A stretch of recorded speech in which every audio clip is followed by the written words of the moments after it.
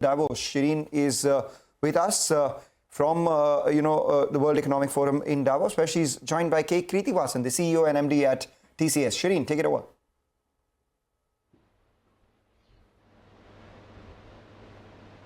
Our conversations continue here in Davos, and it's a flurry of tech companies that you're watching here on CNBC TV 18. You just heard from Tech Mahindra's Mohit Joshi on why he believes that 26 could be a year where the IT industry could see, in his words, explosive growth. Well, joining me now to talk about the outlook, not for the next quarter, because you've heard that being done threadbare on the channel, is K. Krithivasan of TCS. Krithi, thank you so much for joining us here on a very cold and early morning in Davos.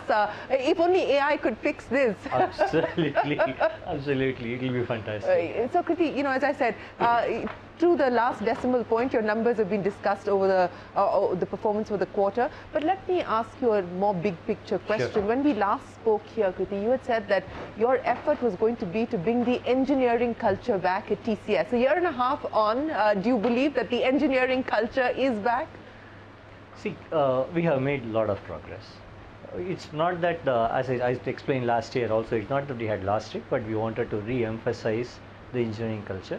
And it also fits in very well with the way world is going towards generative AI. And we have made more than 500,000 people trained on generative AI. We have made investments in tools like Wisdom Next. So I believe that we are moving in the right direction. Moving in the right direction. Since you talked about AI, and your slogan here in Davos on your lounge says TCS, the perpetually adaptive enterprise. Explain to us what that means in terms of strategy.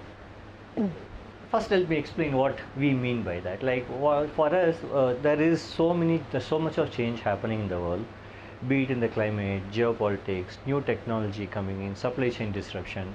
And we believe any organization to be successful, they need to adapt continuously.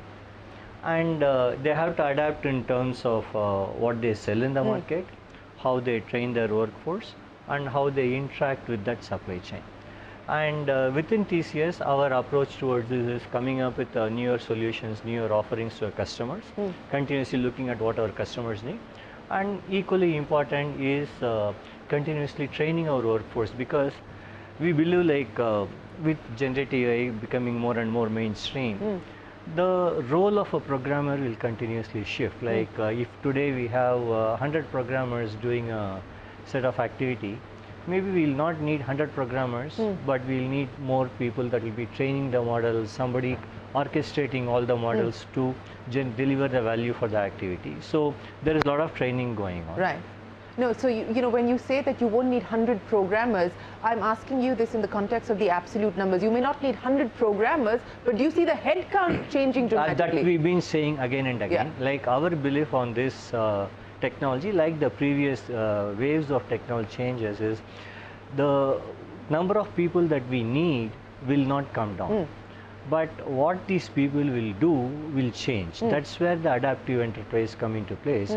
People have to learn new skills, develop new capabilities in terms of how do you work with these generative AI models, and deliver the end-to-end solution to our customers. So it'll be more from the same. That is the expectation? It's definitely more from the same. Maybe even our going in belief is we'll end up having more people than what we have. More people? More people, actually. Okay. Because the quantum of work that will be delivered will be much more than what is being delivered. So more people over what time? What does that mean in terms of hiring? I don't want to put a timeline to it, because it's over a period of time, but I don't think we are fearing the reduction in amount of people required to do that. Like, we are gearing up to have more people do the work. Gearing up to have more people, that's an important headline coming in here from K. Krithivasan of TCS. More people, not less, in an AI world, in an AI era. Krithi, what surprised many people was the fact that you actually called out 25 to be a better year than 24, which is not usually the case as far as TCS is concerned, given that you don't hold out any guidance. What gives you confidence to say that the year ahead is likely to be better? The most important thing is the conversations that we are having with our customers. And the second, as we talked about, is our order book and the pipeline. And all of them put together, collectively, we believe that there is a sense of optimism slowly coming back to our customers. And we also saw a couple of things like some of the discretionary programs are getting kicked off. And most importantly, in some of the discretionary program, the time taken to decide, the deal cycle also reduced. So all of them collectively give us a feeling that this could be 25. So 25 could be a better year than I'm sorry. Then 24. CY25 will be a better year.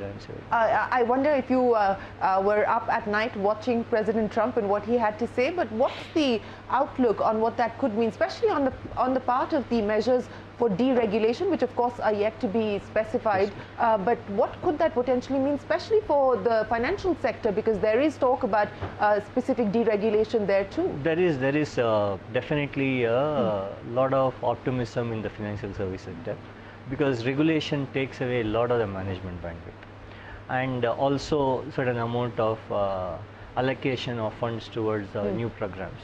So be it the financial services sector, maybe sometime later even in the healthcare sector, we believe that it could actually spin off new interesting discretionary programs that they have not been able to do before. So it's net positive. Like most of the banks that I've been talking to, they are very optimistic on things to come. So banks are optimistic on what deregulation could mean, and healthcare as well? Healthcare had to wait and watch, more cautious. We had to wait and watch because we don't know what they are going to do, but general atmosphere of deregulation is being seen very positive. And you believe that could have a spin-off impact as far as discretionary spends are concerned? That will definitely have an impact.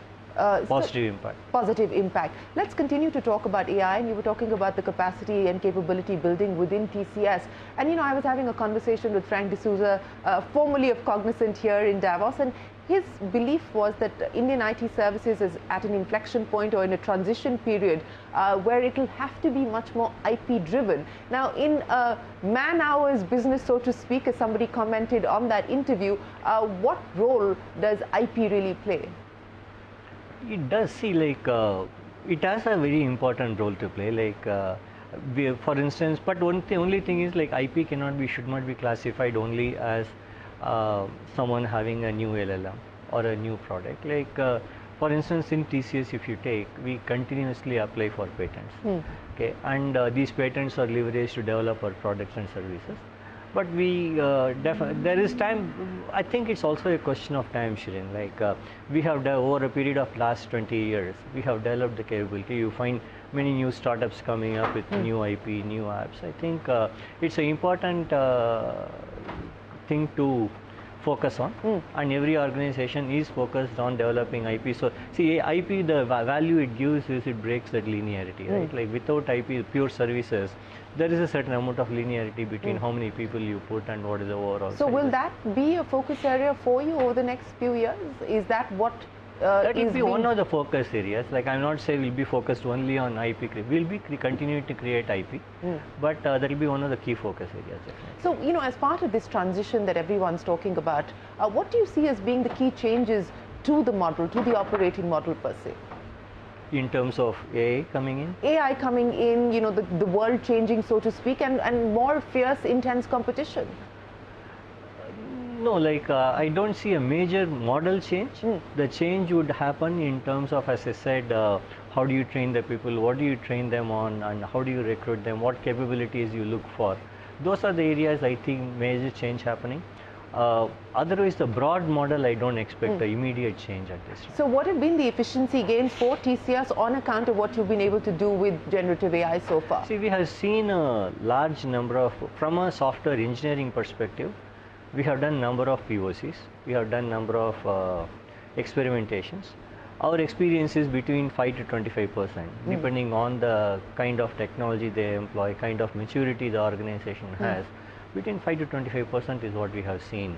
But is it now moving from experimentation to scale? It is moving from experimentation to scale. And we are also developing our own platform. For instance, we created a platform called Wisdom Next. Wisdom Next helps our customers to evaluate multiple LLMs under different contexts and decide which LLM they should be using for a particular kind of query they may have, and also let them choose what is the budget they want to spend, because this is not going to come free. we are going to pay for the number of tokens you use, right? So it lets them you choose which is the most economic or the optimal LLM to use for a different context. So it helps the organizations do that. So you see a lot of value from it. So, if I were to ask you about the possibility and the doability of achieving double-digit growth rates as far as industry is concerned, and I know you've been asked this previously as well, but we continue to stay it's definitely an aspiration for us. We don't believe that it's an improbable number. We believe it's definitely possible. By when? I don't want to put I don't want to put a timeline, but we constantly aspire for this. So if you ask me, is it within reach? It is. Like, see, look at the other way. Like when I took over, or for many years we've been talking about a margin side. We keep saying 26 to 28. In Q4 of last year, we did achieve 26. Again, we slipped. But it is something that's possible within our grasp. Similarly, a double-digit growth, I don't think is improbable. That can be achieved. Can be achieved and within reach. Deals and the deal pipeline, and what you make of the visibility that you currently have, and also the impact, for instance, of the BSNL deal, because that has been something that has caused a bit of consternation. It's something we knew, right? Like the BSNL deal, we have completed about 70% of the work. We are really proud of what's happened, and we will be completing it on time. And which means that that revenue stream has to be replaced with something else, and we will continue to look for opportunities to replace it with some other revenue stream. But how confident do you feel about being able to offset that loss with a new revenue stream? As I said, I'm confident. That's the reason I said this year it's going to be better. We are quite confident. So, Kriti, it's been a year and a half of you steering TCS through a difficult period and a period of great degree of uncertainty. What, to your mind, have been the big learnings, and more importantly, given the opportunities that you foresee, any changes in 25 that you intend to make? You see, there'll be always some small changes we continue to make. We learned in terms of, we've initially created we restructured the business groups, brought in more vertical focus, and that's been working well. And we created this AI.Cloud unit. It's been working well, but we believe that cloud per se has a lot of headroom to grow. So we probably will put more focus on the cloud unit. So we continue to make small changes. And some focus areas like cyber security has been an important focus area. We believe that we have not really achieved the growth that we need to achieve. So that would be another focus area. So I would say there will be more small tweaks than big change that you should expect in next year. In the next year. So the headline for 25? Growth. Growth and better growth than 24. That's K. Krithivasan of TCS taking us through the outlook for the year ahead, also concurring that 25 will be better, reiterating that quite firmly. Double-digit growth, not impossible or improbable, within reach. Small tweaks, not big changes, but the big story really coming in is that they believe that they will need to hire more, not less, in an AI-driven world. Kriti, always a pleasure. Many thanks for joining us. We'll take a break. There's plenty more coming up. Don't go anywhere. We're back in a moment with more.